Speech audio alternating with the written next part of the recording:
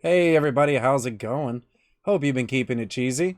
Hollywood Pizza here, joined by Hamhocks42. Hamhocks, how are you doing today? I'm doing great, man. We've had a lot of cool stuff happen over this past weekend. We got a lot of cool things coming up, so I'm looking forward to chatting with you today. How are you doing? I'm doing great. Kind of just taking a lot of magic in actually, just because it just seems like there's always so much news, so much going on. I feel like this may end up being one of our slower weeks until maybe we get some news at the end, but most of the news this week is just like tournament based, really. Yeah, absolutely. Well, this past weekend was a busy one for the Magic community. There's no question about it. So, yeah, I'm looking forward to rolling up our sleeves and jumping into that. Oh yeah, for sure. So, for those of you who don't know, this past weekend was the Streets of New Capenna Set Championship.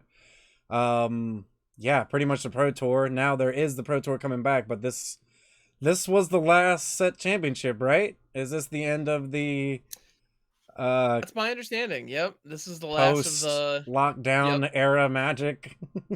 yep. Because we are. Well, yeah, exactly. It's funny too because we have this everybody's very excited, or at least the general discourse is very, very excited about the return to the Pro Tour, like the physical paper Pro Tour of old. Well, we're not going to exactly something. It's not, it's certainly a different system, but they brought back the Pro Tour name, and it's closer to an older, the older system than to what we've been doing the last couple of years. But I got to be honest, as somebody who actually really enjoys playing on Arena and watching content on Arena, there's going to be, it's kind of a bittersweet transition because I don't know about you, but I've been enjoying the digital competition, and so the fact that we will be moving away from that, at least on the bigger stages, is kind of a bummer. So, Yeah, I'm just an arena player now. mhm. Definitely played lots of paper in my time, quite the booming time indeed. But I mean, I'm really glad that Paper Magic's back. For me, we still get to play online at the end of the day. There's nothing like sitting at home and playing a tournament or just hanging out and playing with some friends at your own convenience. Like, I don't know. I think that both are going to be coexisting strong. And Mhm. if anything, all these other avenues, which we'll even get to some later in the news video, but all these different types of avenues, even online, still give you an opportunity to kind of qualify and be able to play. And the Pro Tour, and just like we saw, the Pro Tour is still, even right now, we don't know if they're going to go back to paper, but right now it's all still digital. So, we'll see what happens, honestly, because I don't know if we know already, right, what formats the other Pro Tours are. I'm not I don't certain. believe I so, or at could least be I, wrong. I Sorry if I'm wrong, but Yeah, but I'm about to say personally, um, I don't know. Yeah, I'm not sure if they've but released it'll that be information. I interesting if don't. they're all arena Yeah, only formats, and then they're all still played only on arena. So could be arena's interesting. definitely not going anywhere. True, very Yeah, true. that's just what it comes down to. And as digital only players, we really still enjoy the fact that there's a lot of tournaments, a lot of things going on. There's even more tournaments now than there used to be, and Hmm. it's just like a good time overall. Well, and that was going to be my next point. Is even though the Pro Tour may be going back to more in-person events, that's my understanding of the plan. Um, the last couple of years has really opened the door to a lot of other tournament organizers, and Arena is a great tool for tournament organizers such as yourself, Hollywood, to put on digital digital tournaments, and those aren't going anywhere. So even if the Pro Tour, even though these set championships will no longer be, you know, will no longer be presented in their current form, and we're going to be moving on to something else.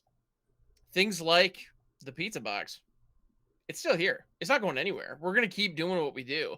And there are other, tournament organizers as well that are still going to be hosting arena tournaments. So hop on MTG Melee, see what events are coming up, and don't hesitate to jump in and participate, cuz even though, even though these may not be the pro tour, there are still cash prizes, there are still bragging rights to be won, there's still all kinds of fun to be had, They're and Magic they're open to tournaments. It's everyone. always a good time. The fact that Yeah. there's so much more going on now is incredible because if you think about it, where we were at even this time last year, like we were even wondering if we were going to get back to this point, right, Ham? Like Yeah. that's kind of like a pretty Yeah. serious thing. And I mean, now the fact that everything's popping off is pretty awesome, honestly. So Yeah. really So excited for competitive and just Magic in general. and if you haven't just hopped out onto mtgmelee.com, you could seriously, on like a Thursday, you could just some random Thursday in the middle of the month, you could be like, I wonder what tournaments are going on today. Somebody will be doing something. Like it may be Artisan or hosted by a group out in Germany or something, but you never know. That's Yeah, there's going to be something that you it'll could probably could be jump like a into. free to play, and then you just go Yeah, get some prizes, whether it's real physical cards or even like some store credit. Like yeah. There's a either way, lot of just stuff getting going on right something's now. great. And on top of that, I mean, you have to remember too, like these are at your leisure, Hmm. so you can take up. It could be up to you as to whether or not you want to put some time into doing something more local and having a better shot at maybe winning some money or getting something that'll get you some of the other cards that you actually need, or there's just so much more going on than just going to this event, driving to this event, flying to this event. It's a lot more than just that, which is great Yeah. because it really opens the opportunity for everybody. And yeah, especially there's so many people who just don't have time. There's a lot of Oh, people for with sure. families, a lot of people with things going on, and it's really hard to maintain all these lifestyles and everything going on and still be able to play a hobby that can feel as expensive as golf sometimes. Oh, for sure. And just a lot of food for thought there. But just always remember there's so much more going on now that you can't just forget, oh, paper magic's back, or oh, online. It's both now, and Hmm. both can coexist and both kind of feed into each other, and that's actually like a great thing and a great atmosphere to be a part of for sure. But yeah, we got a lot going on. The first thing we're actually going to dive into here is the Pro Tour, the Set Championship, New Capenna. We'd be So remiss if we didn't mention it. After all, it was yeah. kind of the big headline this weekend. So we got our top eight. The winner was sorry if I say this wrong, Jan Merkel. Jan, I believe. They Yes, Jan Jan Merkel. Merkel. Congratulations to Yeah, Jan Merkel for taking congratulations. this Yeah, down. taking down the PT. Let's go.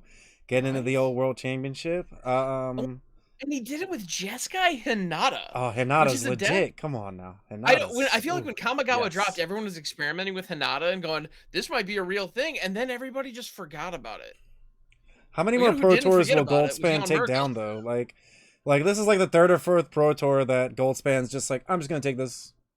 Yeah, I'm just that's gonna come fair. in for four in the air, and Hinata's cool, but don't forget about me. I still exist here, just hanging out, Very true. making some mana. But yeah, you're right. Hinata definitely like was tried quite a bit, and this is about the deck that I would expect. Another card, that's really funny. Let's see here that probably shouldn't be a surprise is Fable of the Mirror Breaker Ham. I feel like you Man, if you're probably running knew that I red, was gonna mention that card. yep. If you're running red, you just need to run that card. Like that's uh, where we're at. If you're in red and you don't have 4 Fables in your deck, you better have a darn good reason. Yeah. yeah, there's got to be like a specific reason you're not playing that card. And of course, the four Magma Opuses to go along with the Hinatas as well.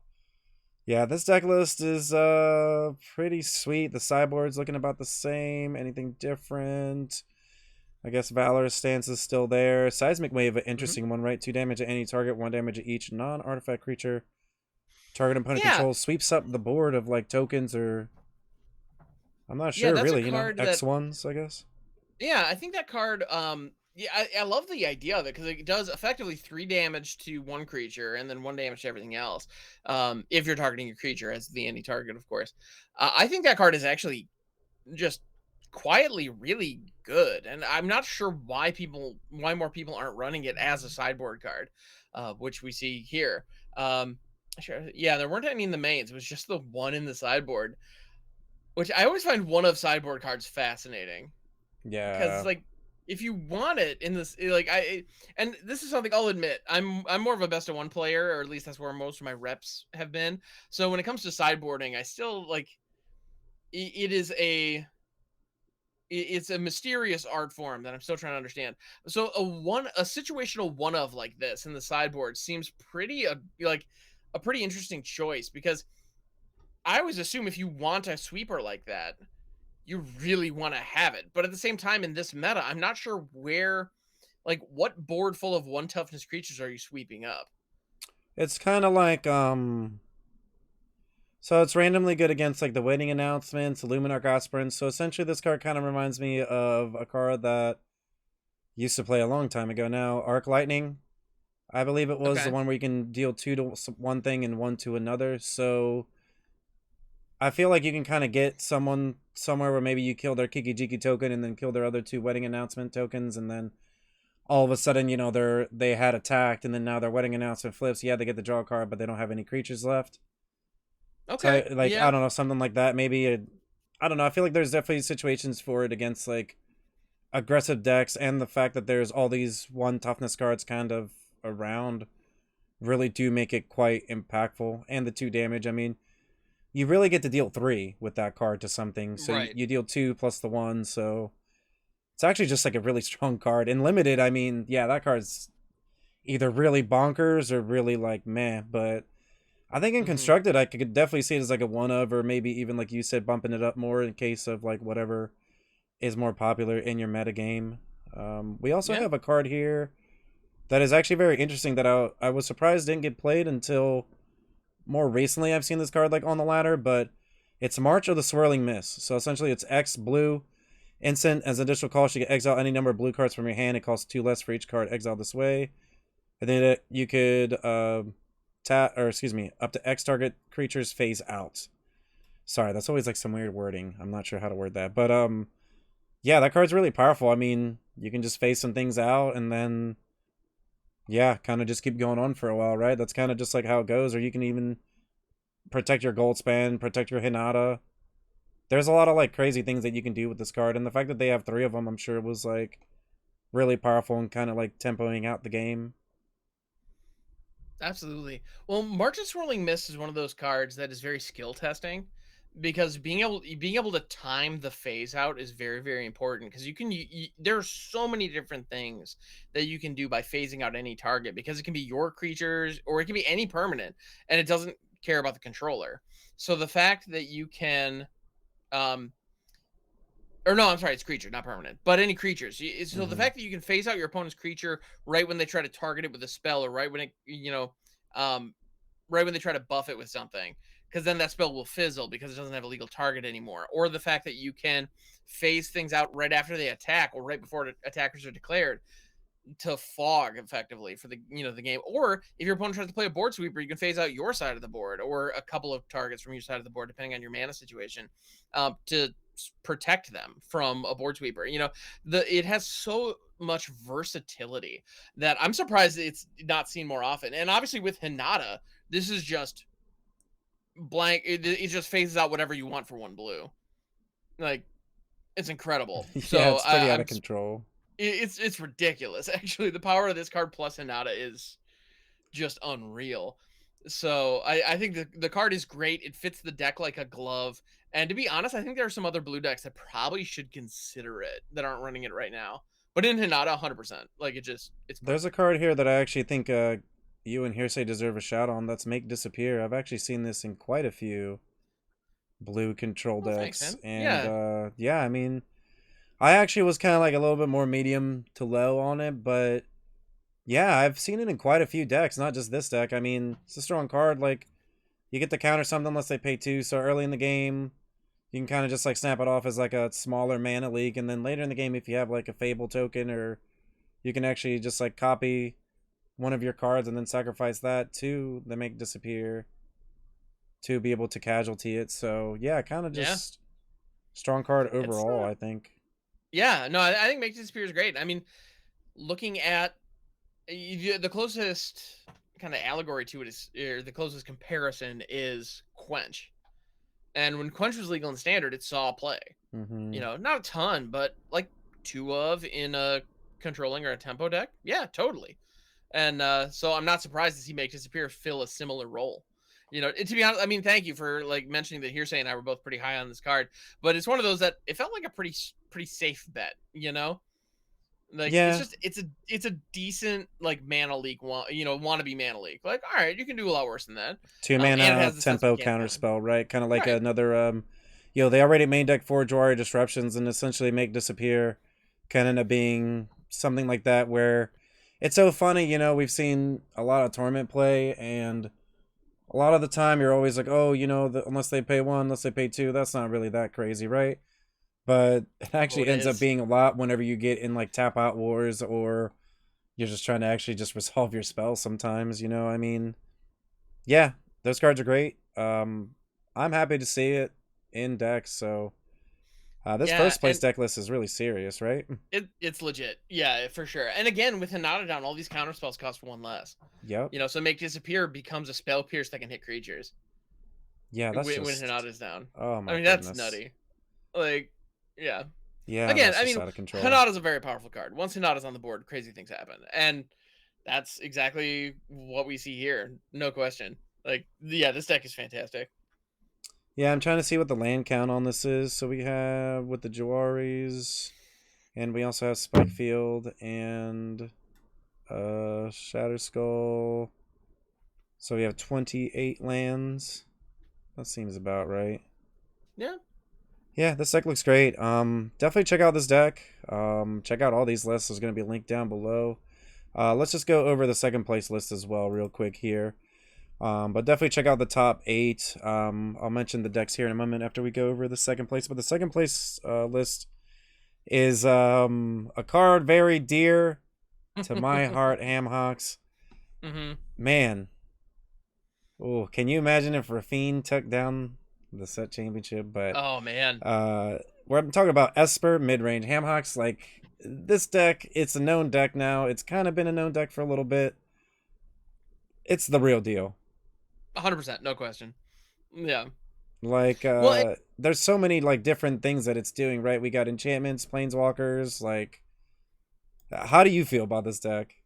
I feel like right now in standard, white and black they have the best planeswalkers, they have the best removal packages, they have some of the best creatures. I mean, white especially has some phenomenal creatures. So when you add all of that together and then you print, so like Orzhov has already been a thing. We've seen that be a massive contender in a ton of different different standard competitions over the last few months even. The moment Rafine showed up, it's like, oh, so what you're telling me, like the deck kind of like formed itself when it showed up, like almost like Rafine just showed up and Mm-hmm. it's like, oh, this is 100% getting in this deck. And the moment you just add blue now, and that gives you access to Kaido Shizuki, gives you access to things like Spell Pierce, Negates, which is just a phenomenal sideboard card. I mean, and they even printed Disdainful Stroke in this set with Rafine on it. Like the artwork is depicting Rafine swatting a spell away. It's like it's too good. It's too good. No, Rafine is a phenomenal card. It's absolutely it's the real deal. It's fantastic, and it in 2 of its 3 colors were already some of the most powerful colors in standard. Yeah, white's been So strong for a while now. I mean, so Wandering good, Emperor, man. Luminarch Aspirant, Yeah, Wedding and so you Announcement. These are some of the best cards we've been seeing for a long time now, right? yeah, and so like you mean to tell me you put Wedding Announcement, Meat Hook Massacre, Wandering Emperor, Luminarch Aspirant, and Rafine all together? Well, that Yeah, good sounds stuff's good. gonna happen. Yeah, that just sounds Like, nice, right? Gonna draw some cards, gonna kill all the creatures, make some more creatures, play some planeswalkers with the Kaido, the Sorin, and the Lolth. Like yeah, and then you can 7 actually have Vanishing Verse and planeswalkers. Infernal Like, Grasp. Like oh, this it's deck is out insane. of control. Yeah. It's just, I mean, one of the things that I would love to see is in certain software that have like deck archetypes listed. I would love to see blank good stuff. Because that's what this is. Yes, it's an Esper mid-range list, but this is also just Esper good stuff. And when the stuff is this good, that's fine. It works. Why not put it together? Um, like this mid-range list is out of control is a good way to put it. It's just phenomenal. So I mean, it's got 12 creatures: Rafine, Luminarch Aspirant, and Tenacious Underdog. All creatures that give you just repeatable value over and over and over again, and can provide a wide enough board state to kind of do quite a bit on their own. But they're also token generators in all the planeswalkers, frankly: Sorin, Kaito, Wandering Emperor, and Lolth. all Mm-hmm. produce tokens. You also have 4 wedding announcements. Again, popping out tokens. So you're going to have a decent board state, and then you kind of have these big time creature cards that can kind of step in and really take the combat to the next level. And if that is Rafine, if you can stick a Rafine on turn 3 after getting some tokens going, Oh, or getting a 2-drop, no. Luminarch Aspirant on 2 into a Rafine on 3. You're hurting me. You're hurting my soul, Ham. I'm Please. sorry. It's so Please, it good. The hurts. Oh, value. flashbacks. You're bringing nightmares of the ladder just like a few minutes ago. Oh, I'm no. sorry. No, It's the just Rafine. but I gotta be honest, like I have mixed feelings about Rafine, Uh, because on the one hand, it is an incredibly powerful card that is very difficult to combat, and we're all combating it right now in Standard. If you're playing Standard Magic, you are going up yeah, against you're this going to see it a card. lot. Like, Yeah, that it's card a exists decent by percentage of the now. time. Yeah. It's just part of the deal. As good card, as you tend to do with good cards. Mm-hmm. But I'm also a little bit conflicted because, patting ourselves on the back a little bit, in our new Capenna spoilers and in our top 10 video, like we called this, like, This is my yeah, card for the top 3. it was yours. Each Yeah, one of us exactly. got a card for the top 3. This was my card for the top 3. Like, Right. Yeah. Well, I was like, dude, Rafine's gonna get in there. yeah. Oh, Rafine slaps. It was funny because, Yeah, Rafine's it's gonna funny get in because, there. like, of the 3 of us, like behind the scenes, it was funny. Certain people were championing certain cards over others, and yeah, Hollywood, this was yours. Like, yeah, Yeah, 100%. no matter what, Like I knew I you was were gonna lose really. to this card. I knew when I saw it, I was like, no, I don't want to lose to this card. I'm gonna see this card all the time because it's Yeah. just that good. Like, it does a lot. I don't think everyone realized how much it did until the first time they played against him. They were like, yeah, I could probably ignore that, and then they ignored it for a turn, and then the game like ended. Right? Like, Yeah. we want to talk about powerful Right. 3-drops. Like, that into Wandering Emperor just feels Oh, ridiculous. dude. Yeah. No, Yeah, that's soul crushing right there. Like, what are you gonna do? Like, yeah. Well, it's funny because man, that card. I feel like me and Hearsay were both like, yeah, Rafine's gonna be really good, and I feel like, yeah, Pizza, you were just like, no, no, no, it's not just gonna be really good. Just I was like, this like, card's gonna no, like no, it's be the deck. Like, we're gonna see this card a lot. Like, yep, and I and did you're say it was 100% gonna correct. make Esper, and I even said you're gonna see Luminarch. I thought that you would see more of the 1-drops. I'm really surprised you don't see Eye Twitches or Mm-hmm. the one from the White Weenie deck. I can't remember what that one's called. Sorry, but Oh, I know the one you're talking about, yeah, the one that gets bigger if you and attack can with destroy creatures. artifact Yeah, enchantments. yep. Yeah. But yeah, I'm even surprised myself that people are playing the Luminarch Aspirant or Rafine. It happens that Tenacious Underdog is actually better than the Eye Twitch and the 1-drop for sure. Just because Underdog keeps coming back, draws you cards. Can we give a big shout to Underdog because Oh my goodness. I feel like this card's kind of like taken over the 2-drop slot in a lot of black Mm-hmm. decks and even pushed out like the lesson learned package in a way, right outside of maybe not wanting to lose as many sideboard slots these days. But I don't know. I mean, Underdog is legit value. Like, Oh yeah. it never feels like that card's bad. Like, lately when I've been playing against it, I'm like, oh, I can kind of just be whatever about it maybe, and then all of a sudden it's getting the end of the game and my opponent's closing me out by like blitzing it back again, and yeah, that card's strong, right? Like, I was pretty hype about it when I first saw it. I'm upset it didn't make it into our top 10, but Yeah, that was a miss.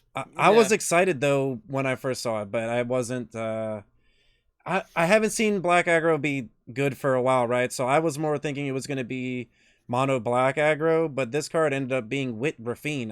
I don't even think I mentioned it once with Rafine, which makes Mm-hmm. me kind of upset, but I see that now, right? Like, we see the deck, but Right. It man, all clearly these works. cards, like, yeah, it's just 2-drop into Rafine. That's where you want to be with this deck, right? Yeah. Well, and the thing about it was with Tenacious Underdog, I know I was comparing it to cards like Skyclave Shade, where it gets to keep coming back and keep applying pressure. The main difference in Tenacious Underdog over cards like Skyclave Shade or Falcon Rest Forebears, if you want to go to Crimson Vow, a card that nobody plays, I don't even know what because that is. Is that the blood it's token like one? It's a Skyclave Shade, but you can bring it back from your graveyard to the battlefield by sacrificing, I think, 2 blood tokens. Yeah, it can't block, right, or something flying, Yeah, something like yeah, that. exactly. It Yeah, can't block, but it does have flying. So it's kind of like It's like yeah. an upgraded Skyclave Shade, kind of almost, but it's just not good. And it's a Hmm. 3/1, so it's like, no thanks.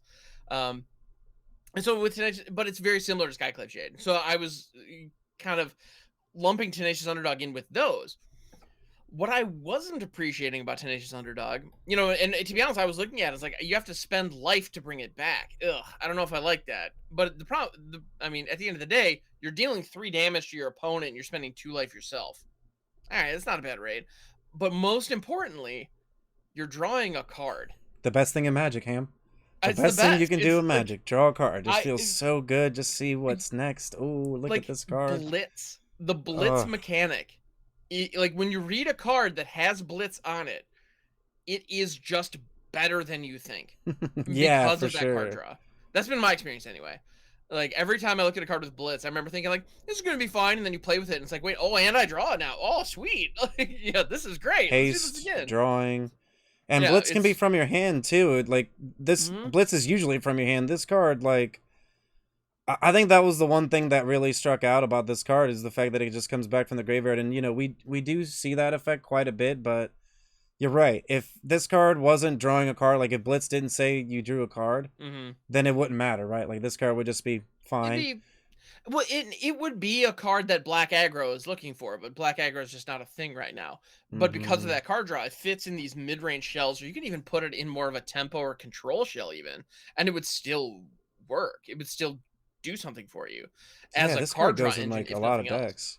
Yeah, Just a strong card overall. I mean, and Wandering Emperor, can't talk enough about this card. This card is just one of my favorite cards in Standard. it's so good. Hands down, this card is just phenomenal. Gotta respect the 4 mana, 2 white Hmm. open, knowing that card's gonna come down and exile your best card for 2 life as well. Yeah. It's actually one of the things I like about playing older formats is if you have 4 open mana and 2 of it's white, your opponent will just assume you have Settle the Wreckage. Well, in Standard, they just assume you have the Wandering Emperor. It's very similar feeling. It feels great. uh, Another card in here that I have to give a quick shout to for Simon. I'm sorry if I Hmm. say it wrong. Spell Pierce, one of main. Gotta respect it. No other Spell Pierce in the deck. Just one main. Gotta respect it. Gotta blow them out sometimes. Love to see that. The sideboard's got some more negates. Archon of Emeria for anything that wants to be a problem. And I see Reckoner Bankbuster in sideboards, maybe like a 1 or 2 of sometimes main deck. Like a good card.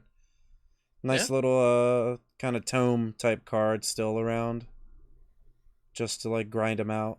And a turn 2 play as well. I mean, this deck, what's so crazy about these decks is like their curve is still great even if you're not playing something on 2. Like realistically, you're topping out at 4 mana. Meathook's potentially the most expensive thing you're playing for 6 or more mana. Like, Hmm. that's really about it. So you can play with this deck 5 mana and be fine. I feel like that's pretty interesting where like in the past, a lot of the time you're trying to get to like your 7 mana spells, maybe like a Tibalt, Hmm. Ugin of the past. But yeah, these decks just look like tempo-y mid-range decks, right? Right. Well, and exactly, your point is just really well stated there. The amount of mana that you want to get to in order for your deck to be successful, just it varies so wildly. And you're right. I feel like 5 mana is kind of the sweet spot where that's Mm-hmm. where they want to be at in the mid game. Past that, it's gravy. Everything else is just a bonus. Whereas I don't know about you, but I've played like ramp decks where I've been sitting on like 3/7 drops and I've been stuck on 6 mana. Like, and that's it feels awful when you're in that situation because like I should have everything I need, but I built my deck super greedily and I'm getting punished for it.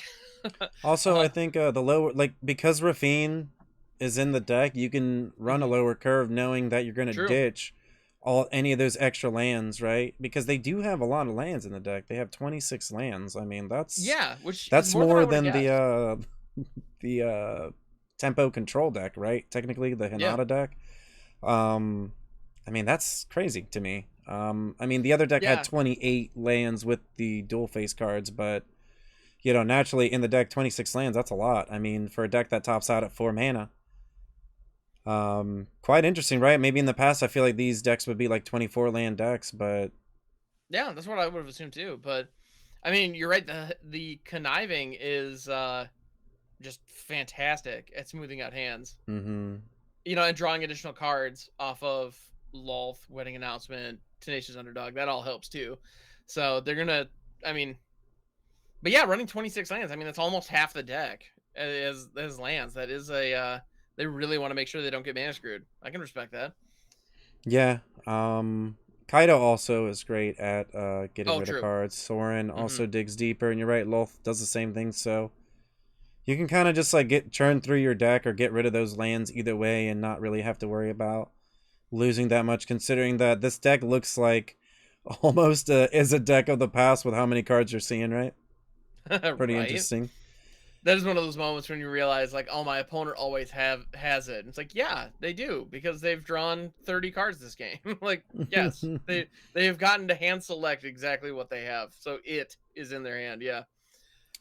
Yeah. Anyway. So congrats to Simon Nielsen for getting second place here with this Esper mid-range deck. The rest of the top eight shakes out with Naya mid-range, Grixis Vampires, Jeskai Storm, Jund mid-range, Esper mid-range again, and another Jund mid-range. Definitely check out the description below for all these deck lists. Mostly just wanted to talk about the top two decks here, Hmm. which are pretty much kind of representative of where the metagame is, even though we haven't been seeing as much Hinata. Like, you could really say that gold span never went away. It's always there, and is it still a force? Whatever capacity, whether or not you're playing white with it, or even playing Grixis, like we're seeing the Grixis Vampire deck. Hmm. Once again, another really awesome Grixis deck making the top eight. You'll love to see it. Oh yeah, absolutely. Standards pretty healthy, right? Wouldn't you say? Like lots of variety, lots of different mid-rangey decks. So like I hope you like your mid-range sandwich because you're gonna be playing long games of Oh my goodness, yes. who's left with cards, Yep. planeswalkers, just any type of value you can get, which is why, we really go so hard on like examining some of these cards because like Tenacious Underdog is like the best example of like a card that card's just the engine. You don't even need anything else, right? Yeah, Like it pretty much. attacks, it blocks, it draws cards, it keeps coming back. Like yeah, it's like cards like that and Rafine that kind of like tied together a deck that before Streets of New Capenna came out, we saw more of like a Esper Planeswalker deck, but it wasn't even Yes.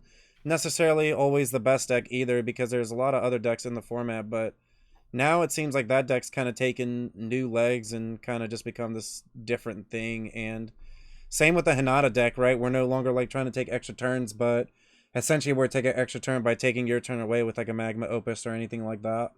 Hmm. So kind Oh of my goodness, yeah. interesting. The Magma Opus on the upkeep to tap out your lands, blow up your stuff feels just that's a crippling move, and it's one that you can do very comfortably with that Hinata deck. That's great. Yeah. But yeah, that's the set championship for New Capenna. Definitely check out that link below for all the decks. The other tournaments that happened this weekend was actually the first one I want to talk about is our tournament here, the PizzaBox Open Standard. So we also had a standard event, and what you know what, there was quite a bit of Esper mid range, which actually ended up taking down the event itself. Um, Tarasic, congratulations on taking down the Open here. Their deck also looked pretty similar. Is it actually the same list? It actually is the exact same list that took down the PT. So hey, there you Hey, go, bringing it home. clearly it Or works. the same list that Yep. got second place. Sorry, the one that we went over, or just got done going over. Right, Second right. place was actually an interesting deck here, though, that I feel like we kind of see in our events quite a bit, and it's like a teamer mid range, kind of like a teamer slight treasure theme, I guess, with like the gold spans and the Galazeth Prismari, Fables as well, Battle of Frost and Fire in there. Kind of just like a really strong teamer mid range deck, right? Yeah. Well, it's very interesting because we still the thing about the teamer mid range list, and I mentioned this when John and I were doing coverage of the event too. The thing about this particular list that frankly blew my mind when I first looked at it, because I thought for a second, like, this has to be something that somebody plays the play queue. This can't be a real tournament deck. But clearly, I mean, they were playing in the finals of the Pizza Box tournament, and we had what 85 submissions or something. I mean, it wasn't a small sample. Like it was a good sized field. They have 4 Titan of Industry in their main deck. 3 Goldspans. Shout out to Goldspan again. So Right? if Goldspan doesn't win the tournament, it gets second place here in this Right? tournament. 100% is what it does, baby. Well, and I love to a comment that John made that I gotta say is just fantastic. They have 3 Goldspans and 1 Galazeth Prismari. It's like, no, I want 1 Galazeth in here, and I'm willing to take out a Goldspan for it. I love that. I think this deck is just it's fascinating because it has a lot of early tempo control into Gates, Fading Hopes, Jawari Disruption, even Flame Best Bolt, Spikefield Hazard, those types of things. And then, yeah, it does have Burn on the House and Battle of Frosted Fire, which is one that I didn't like. That's a card I didn't expect to see going into this tournament. That's for darn sure. But it's very powerful, and it does wipe the board on 1 potentially into a Scry 3. I mean, you don't often get to Scry 3 for effectively no mana, but that's what you get with Battle of Frost and Fire on the second turn. So that's pretty great. Yeah, and the payoff's pretty good too, right? Drawing some cards, discarding some cards, getting deeper into when the you deck. cast big spells, you get to draw 2 and discard 1, I believe it is. Yeah. So it's just it's good stuff. Ooh, a card that I gotta mention here in the sideboard that's an old school classic era. Seaga's Chariot 2 of. Let's go. Oh yeah. Bringing it back. You can use the Seaga's Chariot to counter some spells with the Galazeth. There you go. Love it. But yeah, I don't know. This deck's pretty sweet. I might try it out on the ladder here pretty soon myself. I'm not sure. Yeah. I like it, of course, Fable to copy Titan, right? That's the combo with this deck, right? I feel like you're trying to control the game, and then you just set up a point where you're just like, all right, make a 4/4 Rhino and copy the Titan to get comes into play, trigger either shield counter or life, or destroy a problematic permanent. Any of these things are all powerful.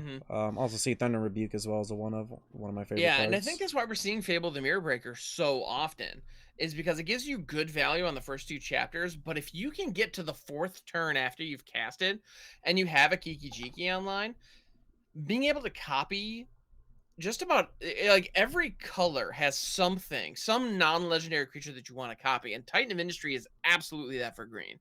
If you can make copies of Titan of Industry, I mean, if you can get 1 turn where you make a copy of Titan of Industry, you get a 7/7 trampling reach creature that gives you, a command when it enters the battlefield, where you get 2 phenomenal abilities, where you either, create a 4/4, gain 5 life, destroy a thing, or put a shield counter on one of your creatures. My goodness.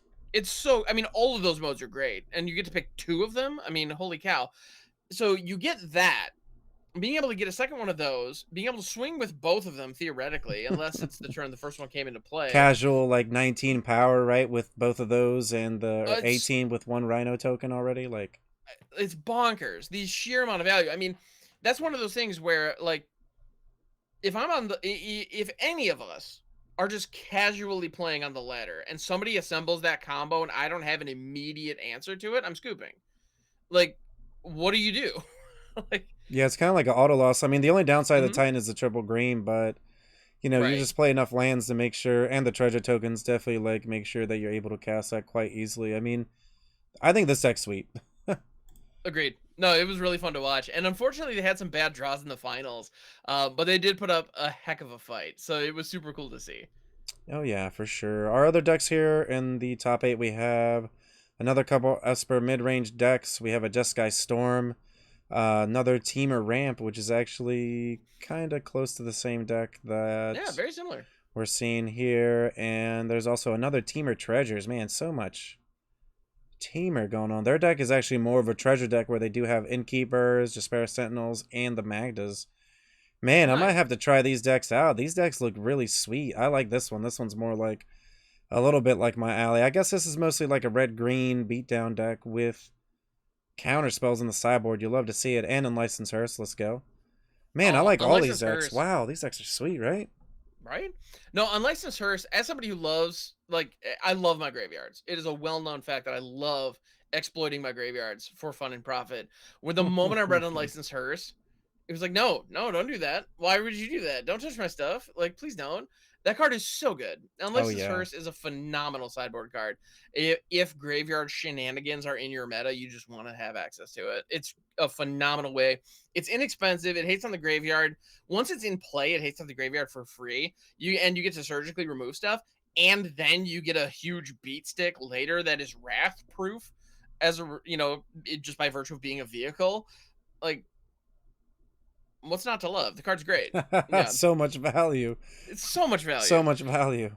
Yeah, so I think we're gonna see a lot more of that card, and as time progresses, like I think more and more people are coming around to it. Oh yeah. Another Yeah. cool deck here, our 8th place here, we have a Reanimator deck. This deck is amazing. Mm. This deck is the type of deck that you would be playing. We've got Jin It is. Cataxias, Toxrills, Olivia's, Lord Xander's, All-Seeing Arbiters, Titan Industries, Fables, Corpse Explosions, Return Upon the Tide, and Graveyard Shifts to get back all of our cards. Maestro's Charms, Tainted Indulgences to fuel the graveyard, Prismari Command, Infernal Grasp, and Power Word Kill. My goodness, this deck just looks... Oh, this is my jam. This I'm deck here looks for it. sweet, right? This deck It's is so pretty good. sweet. Like, Well, and yeah. a card that is highly underrated right now in standard. Like if I had to pick a favorite card in standard, it might be Return Upon the Tide. Return Upon the Tide actually allows for a turn 4 reanimation in standard, which is something that is very hard to come by, and you just don't see very often these days. Unless you're, of course, ramping out with treasures, but that's a whole other story. But without that, it gives you the ability to do so by foretelling it on turns 2 or 3, assuming you can get a Toxrill or a Titan of Industry into your graveyard on turn 1 or 2 or 3. You know, again, you foretell on either turn 2 or 3. You do something like actually Fable the Mirror Breaker works nicely for this. So imagine foretell Return Upon the Tide on turn 2. Mm-hmm. Play Fable the Mirror Breaker on turn 3. You get a Treasure Goblin, neat, whatever. The beginning of turn 4, you discard 2 huge threats like a Lord Xander and a Toxrill, and then you make sure to draw into your land drops. Hit your land drop on turn 4, Return Upon the Tide, turn 4 Toxrill, Bob's your uncle, you're off to the races. Like it's and actually if you manage to grab like an Olivia Crimson Bride, then swing, then you can grab another then you can grab another threat or Oh, whatever this the just case may sounds be. so nice. I The just, amount of power that you could get out early if you have the right starting hand is mm-hmm. excellent. And I mentioned Fable the Mirror Breaker because that's kind of like the perfect situation. Because that's also a way that you can cheat up into the the Kiki Jiki Titan combo. Because if you discard a Titan of Industry, Kiki Jiki flips, and you still have the Titan down, you can do nasty things with that. So, I mean, the deck has the potential to be incredibly explosive and incredibly fast. There's no question about it. The problem is it's really dependent on those opening hands. Oh yeah, Like for sure. Yeah, you your gotta. starting It's like a 7 is combo deck, so you huge. gotta like set it up right. Like you have to Mm-hmm. make sure that you have payoffs, you have your engine as well to kind of set up for that. So a lot of mulligan decisions. It's not like the other decks take a lot of like are very skill intensive in like different ways. This one Mm-hmm. almost feels like combo decks always feel like the outside of the magic is more important than the magic. Oh yeah, Right? Like the your deck mulligan building and decisions, then the yeah, the mulligan deck decisions. building, Yep. yep. Sideboards, Mm-hmm. to make sure that you can do your plan, right? You have to be really good at doing your plan to the point that you don't care about hate and you don't care about these other things existing, and you're making sure that you're able to do what you need to do. And that takes a lot of skill and a lot of practice as well. It's just a different type of game plan than I think a lot more people are used to this standard meta, where you see a Oh lot of yeah. just mid-range decks kind of just trying to go over the top of each other and outvalue each other with some of these powerful mythics. Absolutely. Well, and I think we don't see more. One of the reasons we don't see more Reanimator strategies in standard right now, especially in best of 3 specifically, is because graveyard hate resides in the sideboard. Mm-hmm. Like it just does. We have Go Blank. We have Unlicensed Hearse. We have We have all these cards that just exile things like Lion there's Sash. yep. Oh, Lion Sash. That's a good one. Trespasser is actually Oh, the probably Graveyard one of the most Trespasser just played. Yeah. people run that in their main deck just because it's a good body and it just incidentally eats the graveyard. Like Hive Mm-hmm. of the Eye Tyrant also coming out of the land, even as a land, hates on the Yeah, talk graveyard. about the land that we all thought was like the worst one. We were like, yeah, green's the best one. At the end of the day, it ends up that Eye of the Hive Tyrant was the most powerful one because Oh yeah, it kills that menace is huge. planeswalkers, it exiles cards out of the graveyard, like it does everything that you want it to do all the time. Yeah, because the thing about this Reanimator deck is like we can talk about getting the nut draw and like the perfect starting 7 and being able to pop off and do some crazy explosive ridiculous things on turns 3 or 4. But at the end of the day, if you're teeing up for a turn 4 payoff and your opponent hits you with a turn 3 go blank, it's all over. All your Hmm. setup was for nothing. And you got to get rid of cards in your hand too on top of that, Exactly. which normally would So be part of your strategy, but there go all your yeah, and cards, right? yeah, with most of the time, like as when I'm playing a Reanimator, if my opponent mind rots me, I feel like $1,000,000. Oh It's yeah. like you're letting me discard these cards, sweet. But with Go Blank, it's like, oh, I have to discard them, and now they're gone forever. No, it's Hmm. yeah, it's the worst. It's yeah, Go Blank is pretty vicious against decks like this.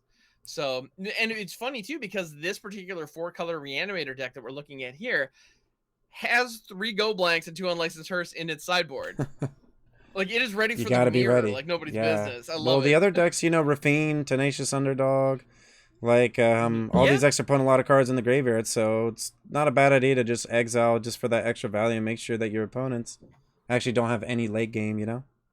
absolutely. Picking off an underdog in the graveyard is a big deal. Yeah, absolutely. So yeah, check out the link to this tournament as well. All the deck lists will be down below in the description. Our other event here that we actually had was the Djinn Open.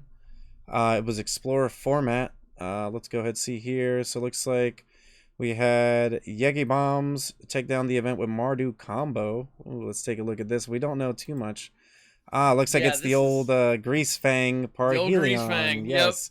And Fable. Oh man, can't escape that card no matter what format we go to right now. That It's card so is good.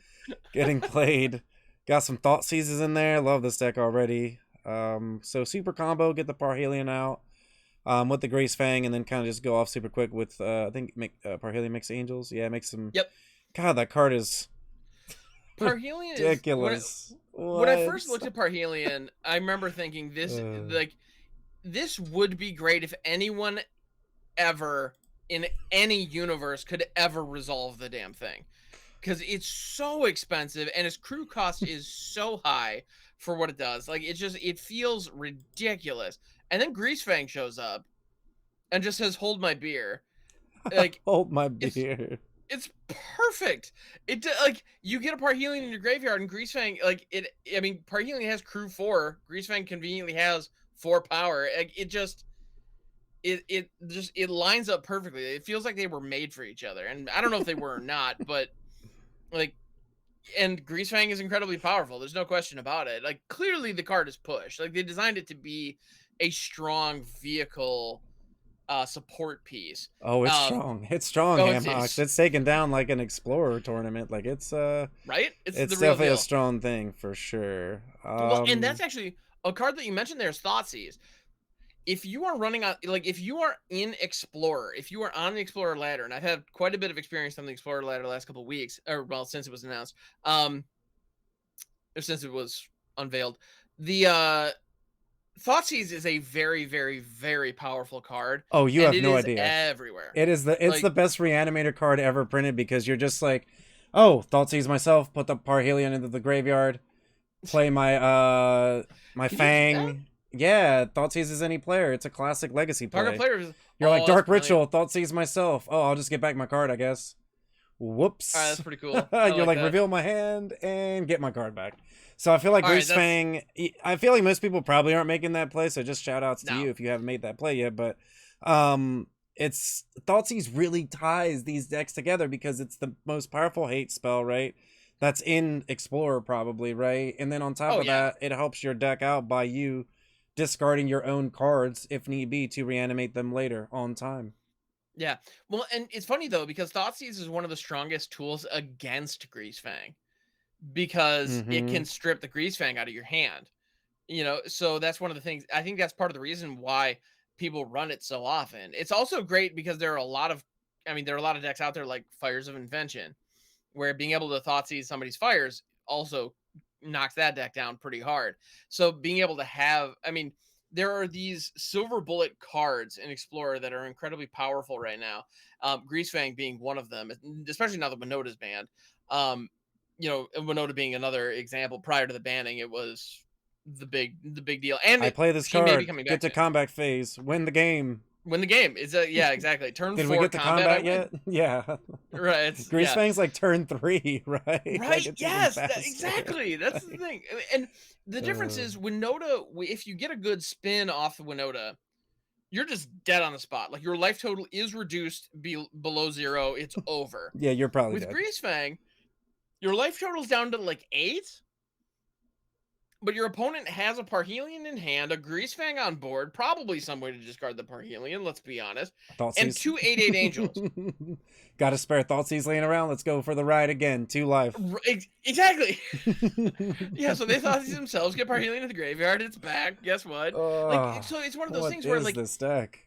you're not technically dead when, on the turn. Oh, you wish you were dead, Ham. You're let's conceding. be real. You wish you were dead. Exactly. Like, It's over. it's over. Like, the game is over.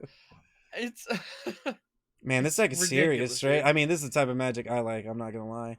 Unfortunately, they did take down one of our friends in the finals here, Jaffer, Yes. who was on Jaffer. an awesome deck, mono green, one of my favorite decks. But they were on an interesting take on it, kind of beat down, kind of mid rangey with the Karn, the Great Creator. I mean, Karn's amazing. Karn is just an outstanding card overall, honestly, and it also stops. Let me see. Does it stop the crewing of Parhelion, right? At least because it's an artifact, an right? ability of an artifact. Yep. Yeah, and Greasefang can already crew the Parhelion, so at least you can stop that to a certain degree. You don't get to stop the reanimation can happen, but if Parhelion can't get crewed, it's just gonna sit there. On yeah, it's just gonna sit there and do nothing. So that is some really good tech, right? Yeah. Mm-hmm. Yeah, Karn is a great counter to that. Man, I actually really like their deck a lot, and on top of that, they actually get access to some of the things that I liked playing Karn in Modern was grabbing like a Tormod's Crypt, Pithing Needles, cards that kind of can just be great cyber cards and certain tools against certain matchups. Got the Golas in there to go get the Cascading Cataracts kind of start going off as well. Unlicensed Hearst as well for some extra hate. Godfair Statue, just a classic toolbox card there for the Karn. I really, really, really love this mono green deck. I really love the fact that it's trying to go with the beatdown plan and the kind of like hate-ish type plan as well. Yeah. Nissa's one of my favorite cards. Storm the Festival as well. I mean, you hit a Storm the Festival, get a couple Planeswalkers. Feels pretty good, right? Oh, yeah, 100%. Topiary Stomper, one of those cards that I actually got printed in Streets of New Capenna that we actually see get some impacted here as well. Yeah, it's ramp and it gives you a body that might be relevant later in the game. So yeah, especially with the these what is it, Cavalier Thorns? Yep. The Stomper itself puts a land into play. Storm of the Festival could end up putting some lands in play, then making your Stompers attack. Nissa's ult could essentially make your Stompers immediately attack. But yeah, Kiora in there as well. Shout out to Kiora for drawing some extra cards off of the Stompers and the Cavaliers and untapping the mana creatures. Or the Willow Haven lands as well. Yeah, the fact that Kiora has an opportunity to ramp you while drawing you cards, I mean, what more do you want? It's right there. Yeah, this deck is pretty sweet, actually. So, those are actually the top 2 decks there. Or the rest of the top 8, we got Jeskai Combo, Jeskai Fires, Golgari midrange, Rakdos midrange, Mono Red Aggro, Celestia midrange. We didn't really go over the metagame, the PizzaBox, too much, but the metagame of this deck, or excuse me, of this tournament here, we're seeing Rakdos at 14%, Mono Red, Jeskai, and Jund at 7.14%. And we also have Boros, 4-color combo, Growl Aggro, Mono Black combo, Naya tokens, Mardu combo, and Mono Blue Tempo at 4%. So, Explorer looks great. Lots of variety. Obviously, what's really funny is, we see Greasefang take down the tournament, but Greasefang isn't really that prevalent. In the rest of the event here, really. I mean, yeah, that's kind of surprising, right? Was that the only Greasefang deck too? Well, because the thing is, like, I find Greasefang and Winota to be very interesting comparisons because both of them have a very similar play pattern. They're both these weird 2-color, 2-color creatures that require you to build your deck in a certain way in order to pop off. But if they pop off, they pretty much just win you the game on the spot. Oh, yeah. And I feel like Greasefang is a very, very popular, deck in Explorer, so I am surprised it wasn't more represented here at one of the early Explorer competitive events. This is it's still a very new format. And one of the things I personally love about Explorer is just how big and weird some stuff can get. Because this is a format where Agent of Treachery is still legal, Fires of Invention is still legal, Four Color Omnath is still legal. Parhelion Greasefang is allowed. You got like, I'm kind of, to be honest, there's a part of me that's a little bit surprised that Winota got banned, because I feel like she kind of fits right in with kind of the pantheon of busted cards that are still legal in Explorer. And I understand the goal is to get to Pioneer, where all of these cards thrive as well. So, but even more busted cards will be introduced between now and then, hopefully. I mean, if all is well. Oh yeah, for sure. I mean, I can kind of Yeah. see it. I feel like the format is a lot more diverse, and if you really think about it, I mean, Yeah. these Rakdos decks, I think, let's see, one got in the top 8, and then you don't see another one until 13th. And then a lot of 3/3s. So, not really sure if that was the deck or not to be playing, Yeah, or if that's maybe fair. like a more classic, like a Gruul aggro, even would have been better, just because you're going to get under some of those decks that are trying to set up their powerful combos, but if they don't even hit, we're still going for some RNG, right? You got to hit your cards on the right time. So if you're just getting punched in the face and you don't hit them, you just lose the game. Right. Well, you mentioned Gruul aggro. What about mono red aggro? That's still a thing, because That we top now have a aided, yep. situation. Yeah, mono red actually made number 7 at the in the standings. It actually made it into the top 8. With cards like Burning Tree Emissary, Carry Zev, Skyship Raider, Anax, Harden in the Ford, Torbrand, of course, Kumano's in there. Let's Embercleave. go. A new Right? favorite. Yeah, Kumano faces Kakazan, Robber the Rich, Bone Crusher Giant, Fanatical Firebrand even. I mean, it's a lot of big... and 4 Goblin Chain Whirlers, because that card Ooh, never went anywhere. my favorite. Embercleaves, Chain Whirlers, Annexes, Bone Crushers. Ooh, Mm-hmm. flashbacks. Yes. No, this deck's legit. Yes. Bring I mean, them back to if you me. want to be playing out hasty threats and turning them sideways, you can do that in Explorer. That's an option. Yeah, Mm-hmm. if you miss Embercleave, don't worry, it's back. Don't worry. Believe in the cleave. It's Oh in yeah, you your gotta heart. believe in the cleave. Oh, yeah. So, yeah, the top 8 seems pretty varied. The metagame seems pretty varied. Definitely check out Explorer. Check out all these awesome tournaments that are on MTG Melee. There's a lot of other tournaments that for time's sake we can't really go over, but Right. a lot of cool events. Definitely check them out. Links below in the description. The last few things that we're actually going to go ahead and touch on here is what's going to happen this weekend. So this weekend we have the standard metagame challenge, so definitely be on the lookout for that event in Arena. You're going to be able to enter that. I believe it's for some gold or for some gems, right? Yes. Just going to double check that. Yeah, it doesn't tell me, but I believe it is some gold or some gems for that. We also have the Yes. Premier Yeah, I don't know the Play-In. exact numbers, but yeah. Yeah. We also have the Qualifier Plan as well. May 27th and 28th, so Saturday and Sunday, I believe, is the event. Oh, Friday and Saturday, sorry. So that way you get to play on Sunday. If you don't make it in that event, definitely come play in our event, which is free to play historic with cash prizes. Definitely check that out. A link for all this information is going to be in the description below. And don't forget, it's also Qualifier Weekend. So Sunday, I believe it says Saturday through Sunday, but there's going to be some qualifying events for that as well. So if you qualified for that, day 1 you got your sealed, and then day 2 you got your draft as well. So definitely be on the lookout for that. It's going to be a good time. I'm sure there's going to be some coverage. Lots of streamers going to be doing that on Twitch. Always a good time for that. Congratulations if you qualified as well. Just a lot of events happening this weekend. Just a lot of things going on. The Magic Machine is pumping out the cards, pumping out the tournaments. We're pumping out the tournaments. Just lots and lots of Magic to be had. Definitely get involved. There's tons of information everywhere, so don't be afraid. Jump in if it's your first time coming into these online events, anything like that. It's always a good time. The community is really nice, and yeah, just overall, it's just I can't explain to you how much it is of a good time to be playing in these events. So definitely check them out. Hammer, tell everybody where we can find you at. Absolutely. So you can find me on Twitch, twitch.tv/Hamhocks42. I am there Monday through Friday, starting at 7 a.m. Eastern Standard Time until 11 a.m. Eastern Standard Time. So if you're looking for some magic in your morning, I got you. I'm also on YouTube. I have my own YouTube channel that is also Hamhocks42. If you want to hear me talk about individual cards or see some of the weird janky decks that I've been brewing, that's a place where you can see those. And yeah, I look forward to catching you on both those places. I'm also on Twitter at Hawks42. So thank you so much. So, and Hollywood Pizza, where can people find you, my friend? You can find me at twitch.tv/HollywoodPizza. I stream usually Monday, Tuesday, and Wednesday, anytime after 5 p.m.